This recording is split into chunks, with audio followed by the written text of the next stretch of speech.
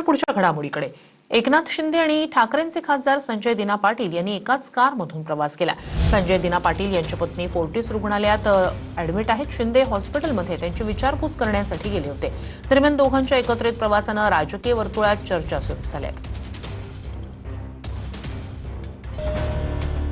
उपमुख्यमंत्री एकनाथ शिंदे आणि ठाकरेंच्या शिवसेनेचे खासदार संजय दिना पाटलांनी एकाच गाडीतून प्रवास केलाय।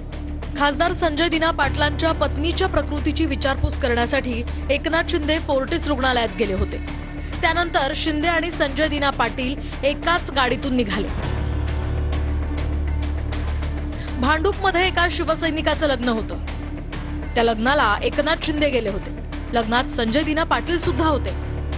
त्यावेळी संजय दिना पाटलांच्या पत्नी आजारी असल्याचं शिंदेंना समजलं।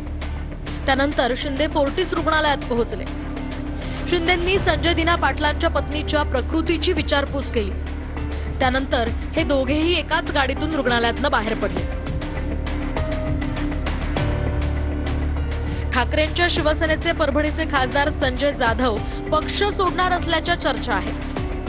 त्यातच संजय दिना पाटील आणि शिंदेंनी एकाच गाडीतून प्रवास केल्यानं राजकीय वर्तुळात उलटसुलट चर्चा सुरू झाल्या।